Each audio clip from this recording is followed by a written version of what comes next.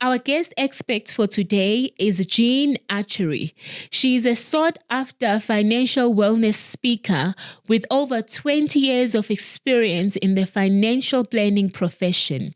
She's passionate about shifting money mindsets using a blended approach that combines psychology, coaching, and financial education.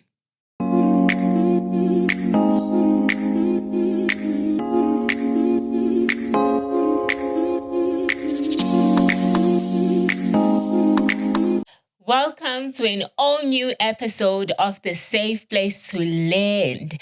This is your favorite podcast where we talk about all things that will help improve the quality of your life. In keeping with this year's theme, which is reparenting yourself, that is where we have identified areas where our parents or caregivers could not fulfill, and we have chosen as adults to fulfill those areas for ourselves. So who better to parent you than yourself? And so today we are going to be having a needed conversation. This is something that everyone faces, and I think a lot of us choose to avoid it instead of deal with it head on. And so we are joined by our guest expert, and I'm so grateful to have her here, you guys. I am delighted. I don't even have the words to say how excited I am to have this conversation, because 2026 has been rough for me financially. So that is why we are going to be having this conversation today. We are talking about financial wellness, and our guest has a different take on helping you deal with your financial situations. So thank you so much, Jean, for joining us today. Thank you so much for having me and for listening to Metro FM, because that's where you found me. I remember when I was listening to Metro, and the presenter was talking about financial personalities. And I was intrigued. I was like, I've never heard anyone talk about finances in that way. And when I had the discussion with you a few days back, you also mentioned a lot of other things that I was like, oh my God, she's just keep pouring all of this wisdom and knowledge. And we need to have this conversation, especially for this year. It's been a difficult financial year. Yeah. And I think, with the petrol price increases, the rest of the living costs that have gone up, people are starting to feel a lot more of that financial pressure.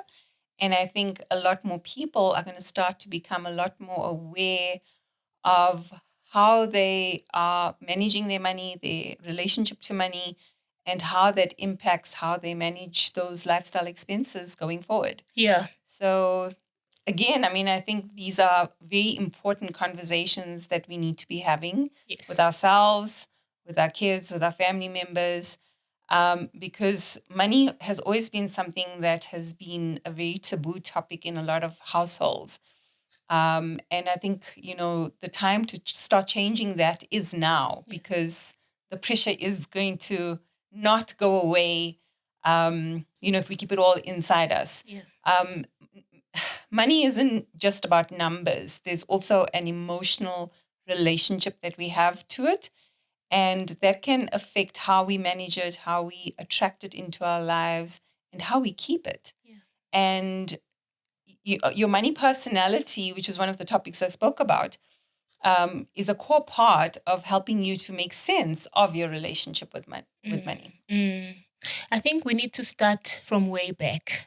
When you decided to take up this career, tell me what led you to that direction. Way back. And interestingly enough, I actually initially fell into this career path by default. And, I've spoken about this quite a few times publicly, and I'm not the only one to have experienced some sort of trauma in childhood that has shaped who I have become. But my initial career goal was always to be a child psychologist because of the trauma that I went through as a child. And I didn't want other kids to experience that. Back then we didn't have as much support as what we have available today. And so one of the things I wanted to do was to become a child psychologist so I could help kids navigate through similar experiences. And I studied psychology, but because I needed to work full time and study part time, I ended up working in financial services to fund my studies. And it took me a very long time to finish that first degree. But by then, I also started to like financial services. And so I decided to alter the path and build on the skills that I did have and start focusing on specializing within financial services. And so I've been asked this question quite a few times. Why did you study psychology and end up in financial services? So obviously that was one of the reasons. But it was only much later on in my career that I realized that there actually is a link between psychology, between financial education or financial Yes. planning and coaching, because a lot of the way in which we operate as adults stems from our childhood experiences. So, I mean, if I look back at my childhood experience, I was born into a wealthy home, but by the early age of 8, my family ended up losing a lot of that wealth. And we were literally left with not having a home. And going from that as a very young child created a very challenging relationship with money. Traumatic. But on the other hand, it also created the desire in me to want to be financially independent. And also, it helped me to realize how important financial security and financial wellness is, especially for women. My mom was a single mom. Well, she didn't work. She was a stay-at-home mom when she was married. And so, there was no financial discussions between partners happening back in those days. And so she was left with nothing. And she was left to raise 4 children on her own. She herself was in the early 20s, I think. Yeah. So, I always say this, if you're looking for your purpose, look at the pain and the trauma that you've been through, because there's always a reason as to why you needed to experience that. And if you use your pain and turn it into a purpose, there's so many more people that you can help to navigate through similar issues and challenges. Yeah. So that's where the journey kind of shifted. And because I realized the importance of financial wellness and financial security, it was something I wanted to teach others so that they could avoid similar costly mistakes. Yeah. Most of the time, when we think of a financial advisor, you just think of someone who's going to be laying principles in front of you, telling you this is what you should be doing, this is what you shouldn't be doing. And no one wants to be told what to do, especially with money. Yeah, 100%. But, I think also there's a clear distinction between financial advice, financial planning, financial education, and then financial coaching as well. And I think there's a need for every single one of those roles, but they do offer different value. So a financial coach, as an example, if I look at specifically what I do, I look at a very unique approach. As I mentioned previously, our childhood experiences shape who we are, not only when it comes to money, but how we are as parents, how we are in our relationships, how we just function in the world as adults.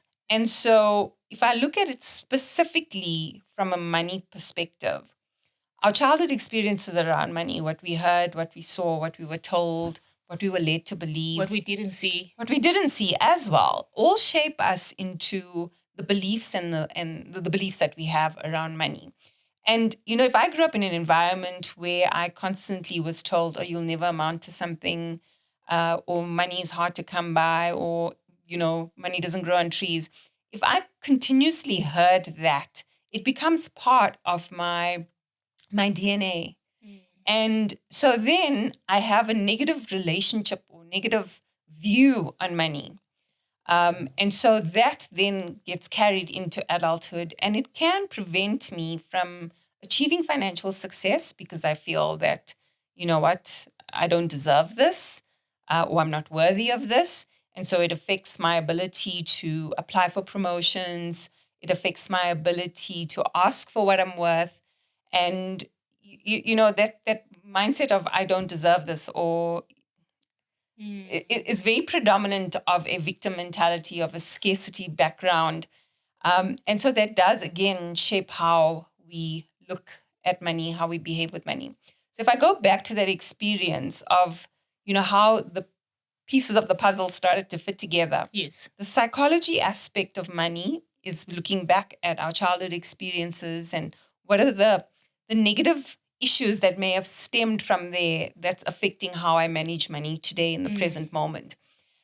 Financial education and financial planning is a core part of this process because it allows us to make smarter money decisions. So things like knowing how to budget, knowing where to invest, knowing the difference between risk and reward, the impact of inflation on our savings.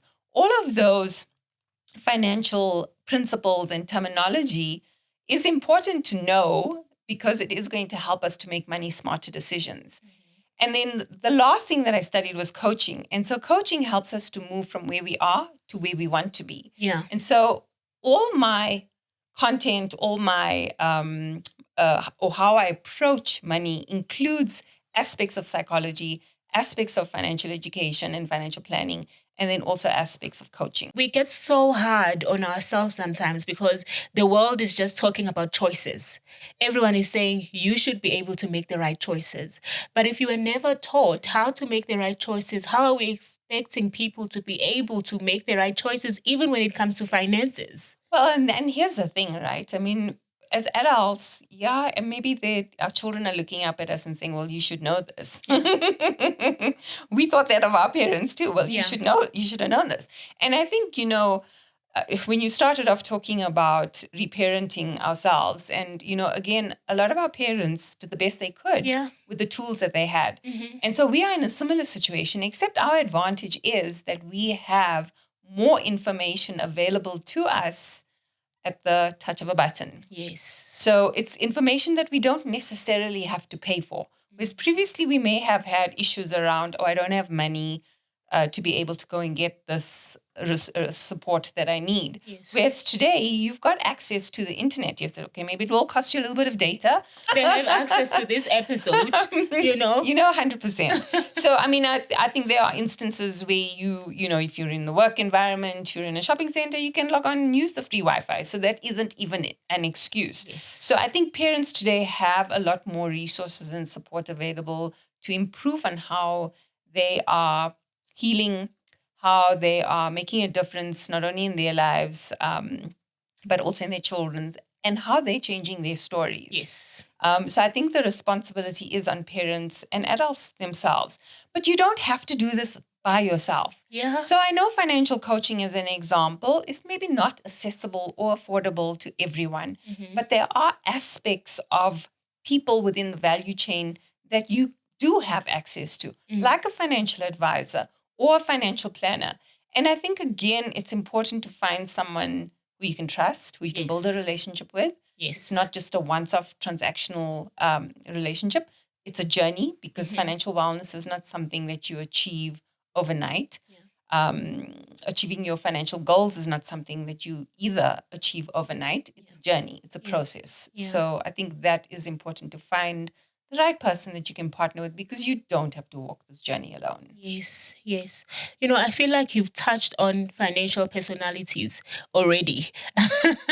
I was able to pick it up from your conversation. But I think let's be more specific. What are financial personalities? What do you mean by that? So, and again, there's so many different tools out there that can help you to identify what your money personality is. There's a lot of different classifications of it. But I mean, if we look at and bring it back to a South African market, I mean, I think we can narrow it down to a few labels. Yeah. And I don't like to box people in, but I think understanding or identifying your money personality can give you clues as to where the problems are, what your blind spots are, and what you need to do to start changing certain aspects of your money personality. Mm-hmm. So, again, it's not easy to change your personality. So if you're an introvert, it's very difficult if I put you in an environment and say, okay, now go and speak to 10 people. I mean, it's not in your DNA to be able to do that comfortably. So I need to be able to give you the tools to be able to go and do that. So there are aspects that you are able to drill in on and start to change. And I think like some of the key money personalities, and I think maybe the first one I want to talk about is the avoider. Okay. An avoider is someone who basically avoids looking at their finances. They avoid their bank statements. They don't look at their credit report because they're too scared. So they literally stay with their head buried in the sand because not knowing is better than knowing. Yeah.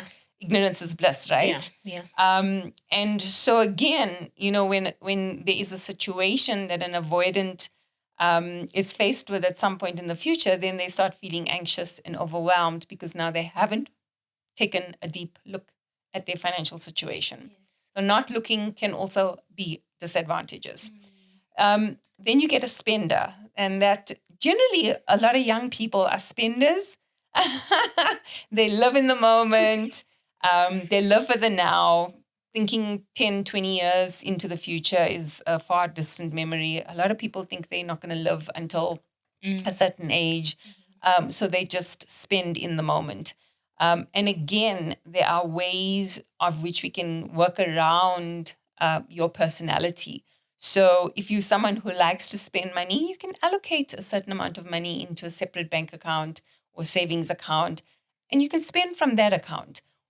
But remember that if you are just only spending money and you're living in that mindset of, I don't want to miss out, FOMO, FOMO, yes. Or YOLO, you only live you once. only live once, yes.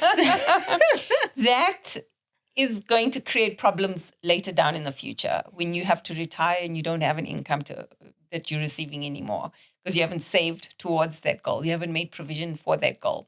So every financial decision that we make today has an impact on our future goals if you haven't looked at putting measures in place for those financial goals. So they're basically trade-offs.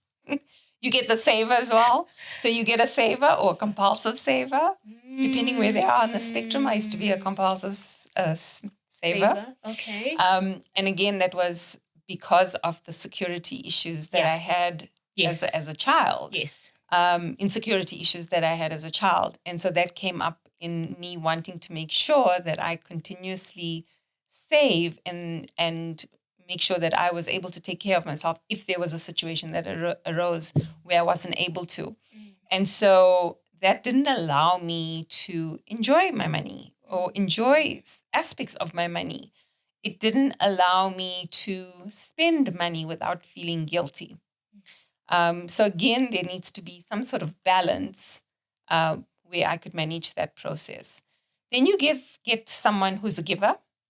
And someone who is constantly giving, and you can be more than one personality as well. I know in South Africa, obviously we've got black tax, we've got brown tax, so we are responsible for taking care of our family members. But a lot of the times we find that a lot of, especially young people, are taking out credit to help family members. And that's how they get into a position where they're now over indebted and they don't know how to manage that process. And I've coached quite a few young people around that. And, it is actually sad that they've gotten themselves into that situation.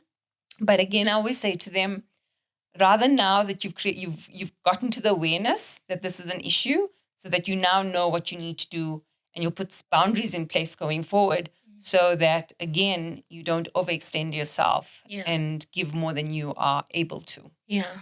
I think by you just explaining those financial personalities, you've already covered my next question. Okay. Because I was going to ask, how do people identify their relationship with money? I think it's very clear now. Once you identify your money personality, it's easy for you to identify, this is the kind of relationship that I have with money. Yeah, and I think that's a starting point. I think, again, you can go a lot deeper into what your subconscious beliefs are around money and how that shows up in how you manage money on a daily basis. Yeah. So, you can work closely with a money coach or a financial coach that can help you to unpack what that actually looks like. Yeah. And then start working on healing that and changing it so that you shift your perspective and your mindset around money. Yeah, I am an emotional spender.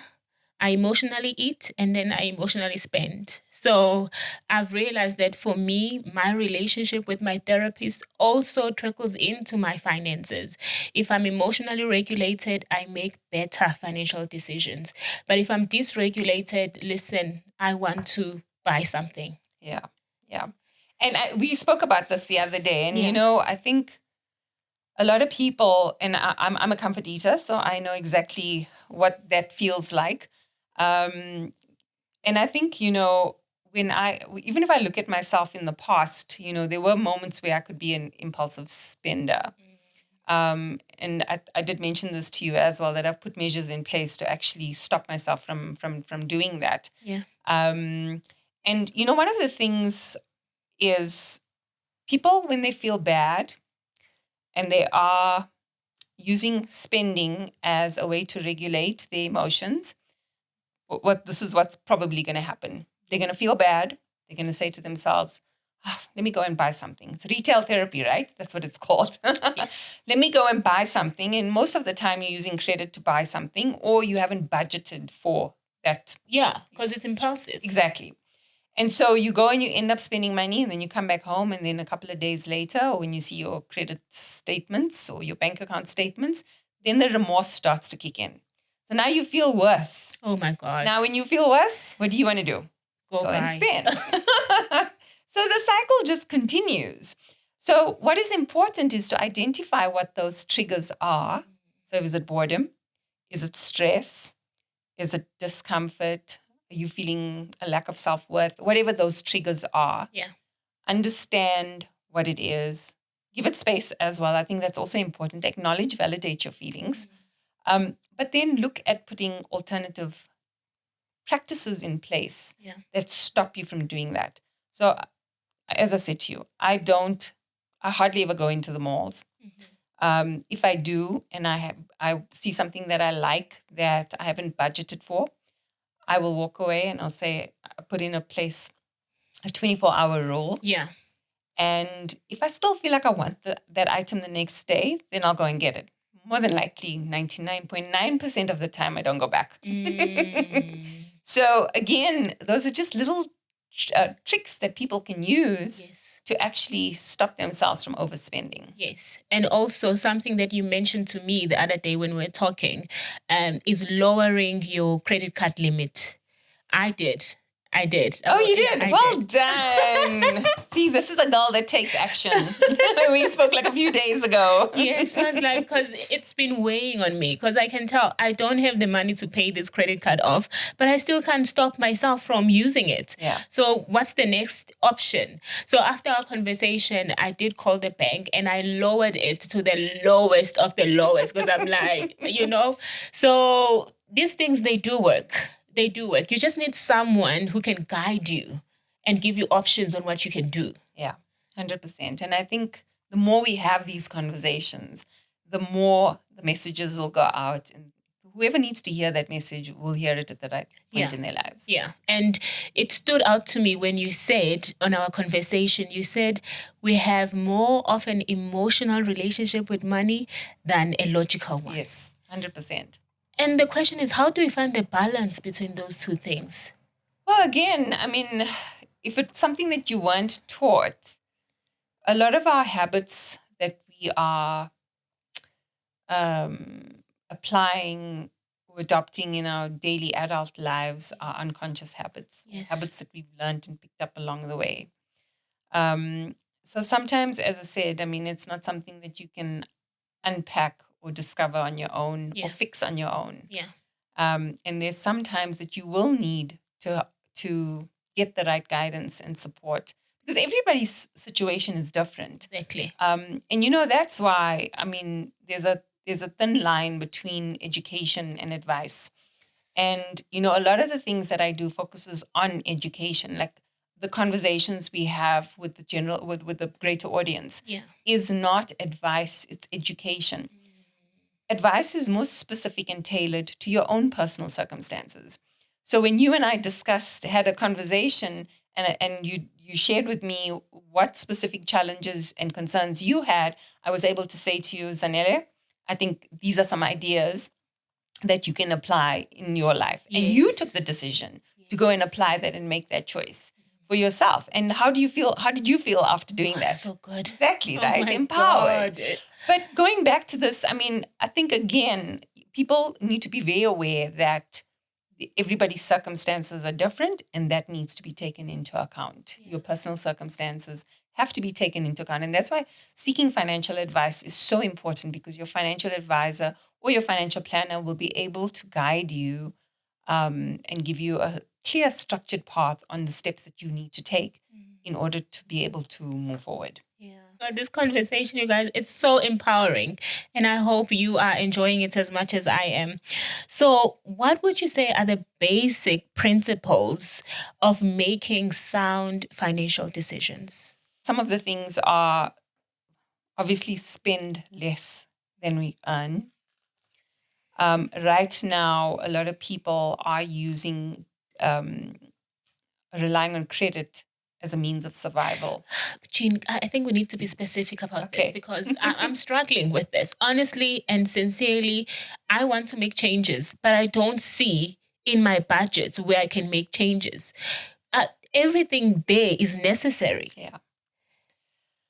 That is always the challenge in terms of how do I get out of this situation, because I cannot cut any further. Yeah. And there's so many different factors that play a role here. And based on my coaching conversations with a lot of clients, I've seen that, initially, there's this view or perspective that people are just spending recklessly. They're spending more than they earn to keep up with the Joneses, to buy themselves nice things. And that's not necessarily true. No. People are struggling to survive. Yes. And I think this is where it becomes so heartbreaking almost, because it's a very difficult conversation to have with someone who is experiencing financial distress as a result of not earning enough and expenses being quite high. You've got one primary breadwinner in the household. We've got high unemployment rates. People are struggling to find jobs. It's not that they're lazy or that they can't find jobs. They are struggling to find jobs. I know people that are unemployed for a couple of years trying to find and secure employment. And, again, if you maintain or stay in a victim mindset or a scarcity mindset, then those opportunities are not going to present itself. We were raised to believe or to think that having a job, going to school, finishing school, studying, finishing a degree, and then going and getting a job, it's the ultimate goal. And then you have succeeded, But nowhere were we taught. And that's why the type of environment that you are raised in, the conversations that you have in your family around money are so important. Because a child who is born into a home that was founded or that has entrepreneurs in that home will have a very different perspective on business, exactly, on money, and what it is they want to achieve in terms of financial success. Yeah. As opposed to someone who grew up in a home where scarcity was the order of the day. So, there's a book called The Psychology of Money by Morgan Housel, and he talks about this, and he says that a child that is born into poverty will view risk and reward very differently than that of a child of a wealthy banker. And again, someone who comes from that environment of scarcity wants to save their money. They want to keep it secure. Keeping it in a bank savings account is an example, because I don't understand how the stock market works. That's where they're going to focus predominantly. Then you get someone who is raised in an entrepreneurial home, who was raised in a wealthy environment, who has had exposure to very different types of conversations. They are more willing to take risks. Yes. They are more willing to start a business and not rely on employment income only. So we need to have that shift in mindset from, yes, I'm employed and I'm earning money, but my salary is not enough. My salary is not growing. What is stopping you from going and starting a side hustle? or looking at alternative investment options to build an income where you can supplement that. So going back to your, initial example of, financial principles, and I can't spend less than what I'm earning. There's just no way because of my situation. Sit down together with your family and find out, how do you create alternative sources of income? There's always something that you can do. Even if you like baking. Yeah. You can go and bake and sell those goodies on the weekends. Yes, that was my conclusion. As soon as I looked at my budget and I was like, everything that is listed here is necessary to my well-being, to my son's well-being. So I need to look at alternative ways of making an income.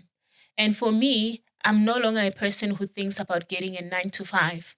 I'm like, okay, what skills do I have? What can I do to make sure that there's something coming in that is extra from what I'm currently getting? Yeah. And so it's important to have multiple streams of income. And it's even better if you have a passive source of income. Yeah. So passive income means income that you're earning without you actually having to work for it.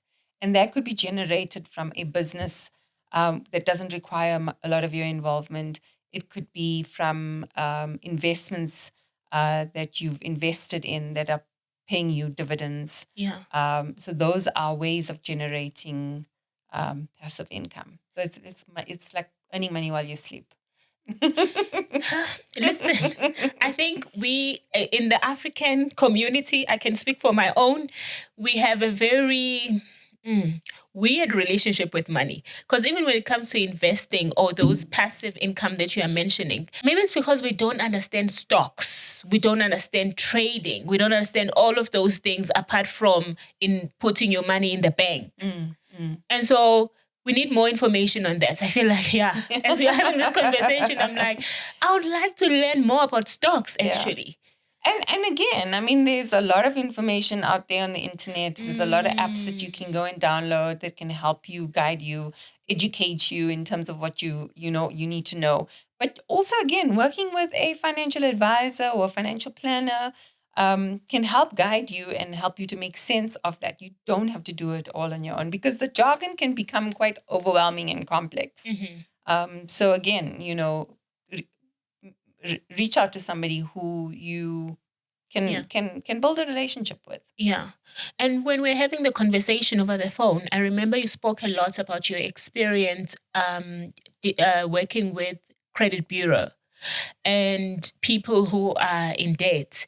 And so my main focus in this conversation is to maybe help that person who's already tipping over.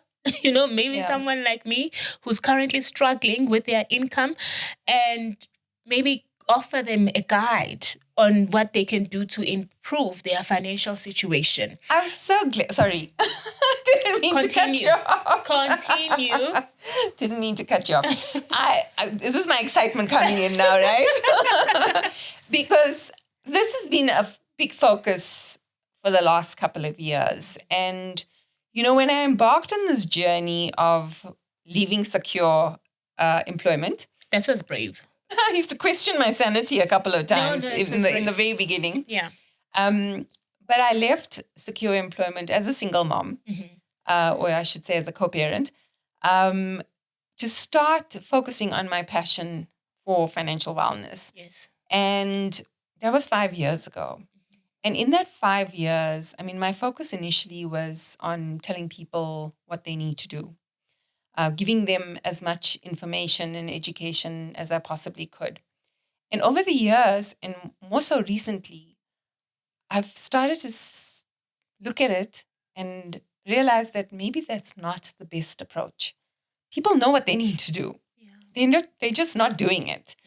So how do we help them to actually do it? And so I've shifted from telling people what they need to do to showing them how they should be doing it. And I'll talk a little bit more about that. But for the last couple of years, or since I started on the coaching journey, a lot of the clients that I work with are people that are struggling to manage their debt. They're overwhelmed. They are under significant amounts of stress. They've overexhausted all avenues of credit that's available to them. And now they're struggling to survive. They cannot take any more credit out based on their current circumstances. And they are literally borrowing from Peter to pay Paul. So it's all a juggling act, like who do I pay this month and who needs to wait? And so then they start defaulting on payments, and then their interest rates increase, or the interest charges increase, and the arrears goes up, and then it just becomes too overwhelming. So in cases like that, and this brings me the greatest reward, is helping those people see a path going forward and getting out of this situation, because they're stuck and they're overwhelmed and they don't know where to start. So one of the things that I started doing is looking at giving them the steps that they need to take and guiding them on that journey as to how to get control over that situation. So the first thing that people need to do if they are in a similar situation, and even if they're not, is to get their credit report. Now, any registered credit bureau with the NCR, you are able to get your credit report from them for free, or at least view that information for free. So I think that is the first step for people to do, is to get that credit report. Yes. Have a look at that. If you're an avoidant, again, ignoring your credit report is not healthy.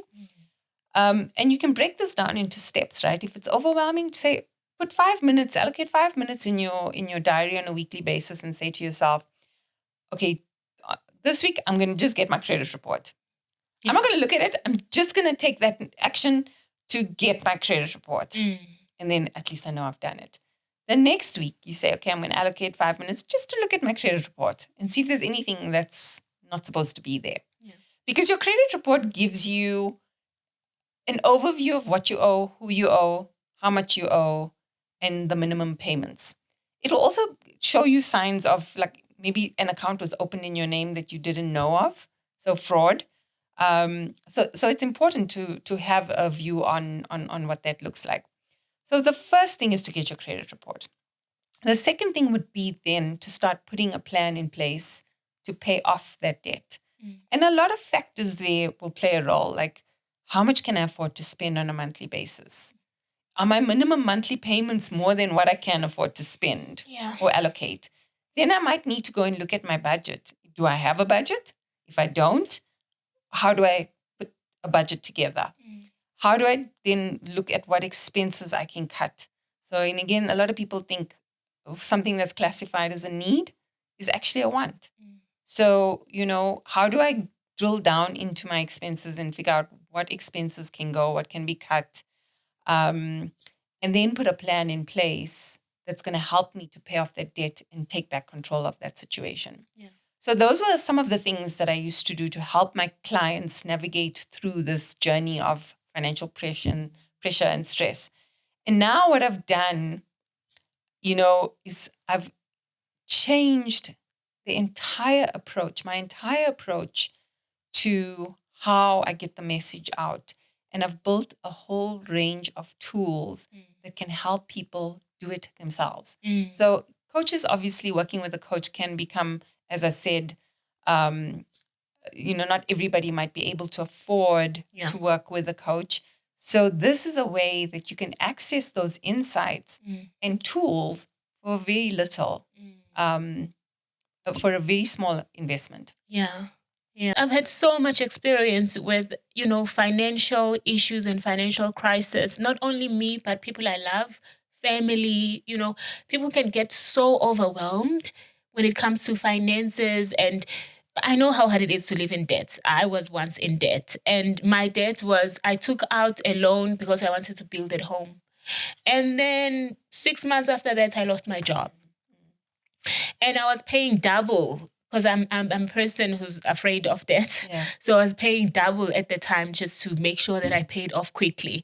And then when I lost my job, the interest just piled on. that it didn't even seem like I had made any payments. And it took me so much to even pay it off. It was taking like 75% of my salary to pay it off once I got a job again. So I know a lot of people who are going through financial constraints, and it's difficult to deal with all of these numbers by yourself. It's so hard that people would often just ignore it or even not even want to look at a credit report.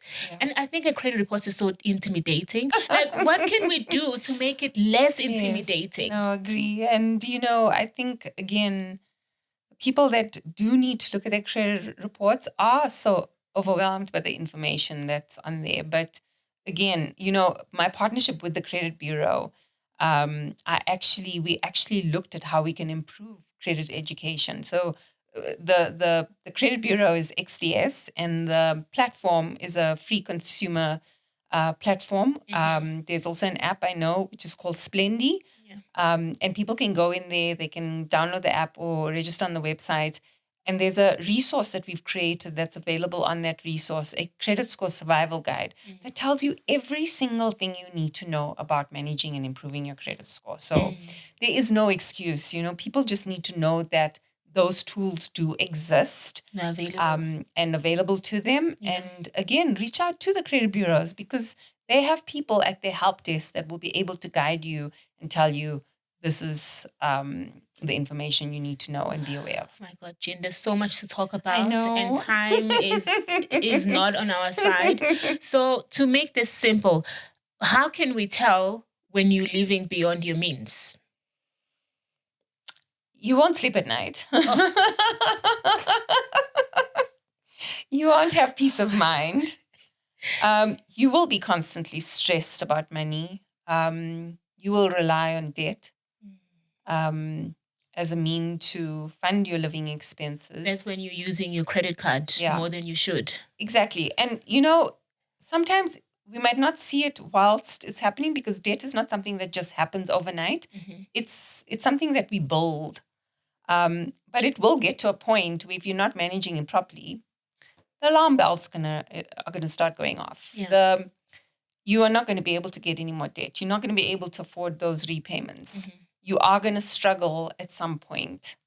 And when that does eventually happen, that's when you are going to start taking a more, deeper look at, okay, something's wrong here. What is this telling me and how do I fix it? It's the same if you look at your physical health.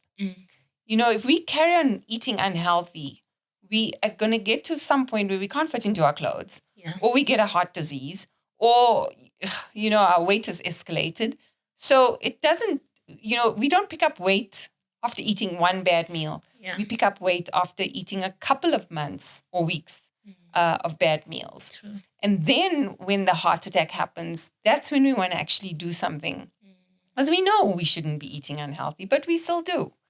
And so when that heart attack happens, that's the point when we're like, get a shock in our system. And that's the point where we want to start now making the changes.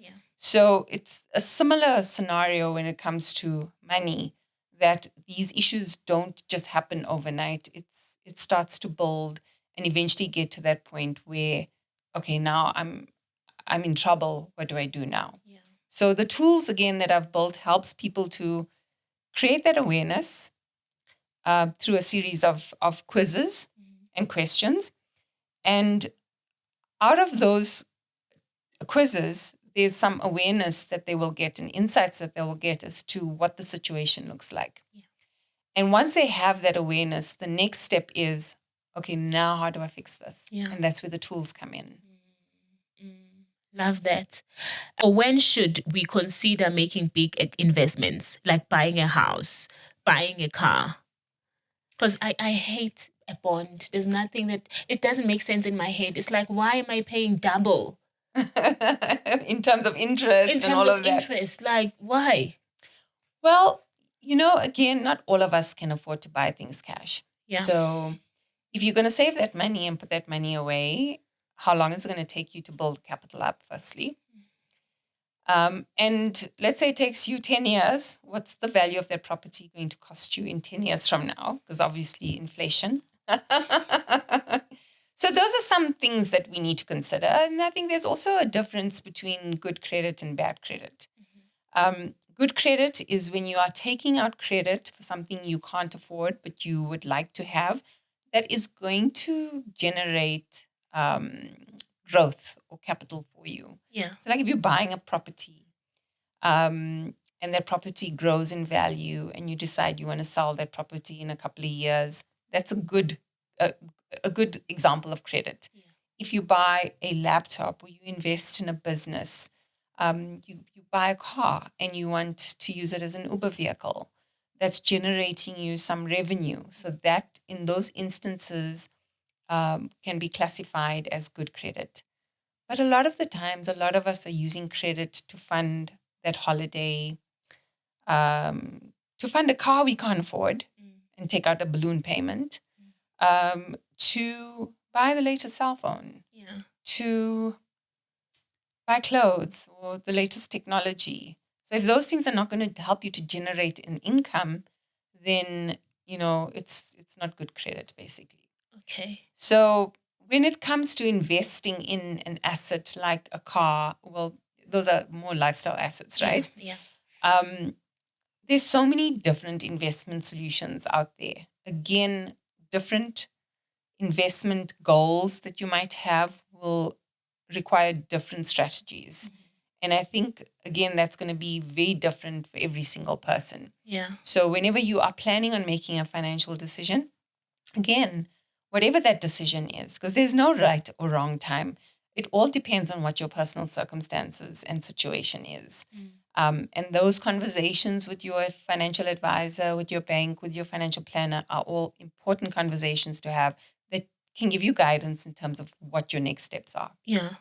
I think I'm just going to speak for myself here because I'm here, you guys. I'm going to speak for myself. Because when I look at buying a house, just a property for me to live in, I'm weighing the options between buying and renting. I'm like, now, if I buy, I'm committing myself to this for like 20 years. But if I'm renting, I can move whenever I want. I don't have the responsibility that a house owner has. And also when you look at the actual, like the monthly payments that you make after you buy a house, there's not much difference now. I don't know. I'm just looking at the markets here where I stay. There's not much different from a person paying a bond to a person who's renting. It's more likely the same amount. So what is the benefits of actually committing myself financially for 20 years? So, I mean, and there's so many different perspectives on that, right? I mean, there's in some instances, most of the time, there are examples where your rent can be cheaper than owning a property. Because you don't have to pay levies, you don't have to pay for maintenance, something breaks, it's the owner's problem. Yes. You've got the flexibility in terms of if I don't like living in this area or suburb, I can move. Exactly. I need a bigger place, a smaller place. I've got that flexibility. And it's a lot more easier than if I purchased a property. But then there's also people that say on the other side of the spectrum, they say, but why are you paying somebody else's bond off? Yeah. So there's also that because you're not building equity. But then if you do buy a property, then, you need to make sure that you've taken all those things into account, the levies, the maintenance, etc., interest rates going up and down. You've got to take all of those things, insurance, property insurance, home contents insurance. You've got to take all of those things into account before getting into a situation because it is a commitment that you are making. But again, you can at some point say, okay, I actually don't like living in this area. I'm not fixed to this property for the next 20 years until it's paid off. It's not easy to sell. It's not easy to sell, but you could also rent it out. So then you could say to yourself, actually, I'm going to rent my property out and I'm going to go find a different place to rent. I've done that a few times. I've rented my property out and then I've gone. Because a friend of mine told me about this, but I'm like, if I go find another place, I'm going to be paying a rent there and then... So again, I mean, my levies where I was staying was quite expensive and I needed to cut down on my expenses. So I ended up renting my property out and going and staying in a cheaper place. Okay. So there are things like that can happen. Okay. And it'll be, again, different for everyone based on where they are at in their lives and what their goals and objectives are. To close the conversation, I feel like we've talked about a lot, and I'm hoping you are keeping up with the conversation at home. Now, when it comes to finances, we've spoken about with regards to people who are struggling in debt, people who are on the verge of the struggle, like me. Now, there's someone like you who's a financial wellness coach. And obviously, going to see someone like you is going to require some money. So let's talk to people at home who are listening and are like, you know what? I think I do need someone like Jean to help me out with my finances. But does it really make sense to go to Jean if I'm going to have to spend extra while I'm already in a crisis situation? So what do we say to those people at home? You know, and I get that. I mean, it is an investment that you're making in yourself and in your future self by working with somebody like me. But if it doesn't make financial sense to you, then you don't need to do it. There are alternative solutions available. And my big thing was when I started this business, I wanted to help as many people as I possibly could. And I mean, I still believe that. I still want to help as many people as I possibly can. But there's only one of me and only so much I can do. So I looked at how do I get the message out there to help as many people in whatever capacity I can and in whatever capacity they can afford to. And so I've built so many resources that people can access, that they can go through this on their own without needing me. I've got a YouTube channel. I'm on all social media platforms under Jean Archery or under Money Messages. That's LinkedIn, Instagram, Facebook, TikTok, Twitter. So people can access various aspects of content depending on whatever social media they prefer to deal with. I'm on Radio Metro at least almost once a month. So those are profound conversations that also continue to happen. And I share those resources often on my social media platform. But again, also on the tools that I've built on my new solution, which I'm hoping to launch soon. You're the first to hear about it. It's going to be really, really affordable for people. And I've priced it in that way. And there was a big debate going on in my head, like, have I underpriced this because people are not going to see value for it? But again, it goes back to my mission of how do I help as many people as I possibly can by making these tools. And these tools were built by me. So there's elements of coaching, there's elements of psychology, and there's elements of financial education in there. That is, I'm going to tell the price now, right? But go onto the website and have a look. It's moneymessages.co.za and see for yourself. You can cancel your subscription at any point. You're not tied in. So if you go in there and you see, this isn't for me, guess what? And there's a lot of free stuff on there as well. So you don't even need to subscribe. You can go and look at the free stuff and then decide for yourself if there is a problem, do I want to solve this problem? And will these tools help me? Go in, have a look. If you want to cancel after a month, if you feel this is not for you, that's fine. All you would have invested is less than a cup of coffee a day. Less than a cup of coffee a month, actually. 1 cup of coffee. Whoa. Yeah. Okay, that's good. That's very affordable. Thank you so much, Jean. Thank you for this conversation. And I think as we are closing now, I just want to hear from you. Any message that you can share to people who are listening to us who are really going through it. And it's tough. Like, I know we can sit here and have this conversation, but we don't really know the challenges that people are facing at home, the financial situations that people are in.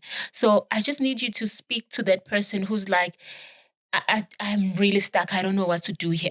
What would be words that you would share with them now in that situation? And we've all had those experiences where life just hasn't gone the way that we expected it to, me included. Being a small business owner myself, I also experience those ups and downs, those challenges. There are moments when I question if what I'm doing is actually making sense, if it's needed, if I love what I do, don't get me wrong, I absolutely love what I do. but it is also quite a challenge to get the support that you need. So I've also go through those ups and downs. So regardless of where you are at in your journey, whether you are experiencing financial hardship, financial stress, financial pressure, and everything that you seem to be doing doesn't feel like it's working out. And this is something that's helped me to overcome why you're feeling the way that you are, because it's your emotions are clues. It's telling you that something is not right. It's telling you that you want more. You know, even if you look at somebody and you see, oh, but why has that person got more stuff than you? Yeah. Why do I feel jealous or envious? You know, it's telling you that you also want those things. And so what is stopping you from having those things? There's always a solution to every single problem. But because we grew up in that environment of scarcity, we've only been taught to focus on those problems. We've never been taught how to focus on opportunities. And when you start to shift your focus from your problem to what is the opportunity in this, what is the message in this, and how do I solve this, you'll start to see that the opportunities, the people are starting to now appear in your life. And I know that when you are in the thick of things, it is so hard to move past that. Yes. Practicing gratitude, focusing on the things that you do have, keeping a journal, even just in your mind when you wake up in the morning saying, I'm grateful for today. Today's going to be an amazing day. Going to bed at night, saying 3 things that you are grateful for that you have in your life. And repeating those things. Like every day, it could be 3 different things that you find that you're grateful for. Just focusing on gratitude can help you to move out of that space. And a saying that constantly gets me to get out of that frame of mind is that this too shall pass. Oh, this too shall pass. Thank you for those wonderful words, Jen. It's been an absolute treat, a wonderful conversation with our experts. And I'm hoping we're able to reach your heart at home. We're able to reach your financial minds and offer you a solution, and know that you are not alone. We are all feeling it. It might be more difficult for other people than others, but it is a crisis at this point. I was filling up my petrol, and it has gone up like 200 rands more. It's insane. And I know when we look at the news, it's like petrol is going up by 2 rands and we think it's nothing, but we actually feeling it. And so this is a conversation for the nation to say we are in this together. And if we can learn together and be able to make better choices and know and do not condemn ourselves. I think that's the one thing that I want people from this conversation to walk away with. Do not condemn yourself. You can learn, you can grow, you can heal, and you can make better choices. If you are available to learn and get more information, you can always make better choices. All of Jean's information is available on screen. So look at everything that you need to look at. She said it. Information is there. It's available. You need to take the initiative. So we love you.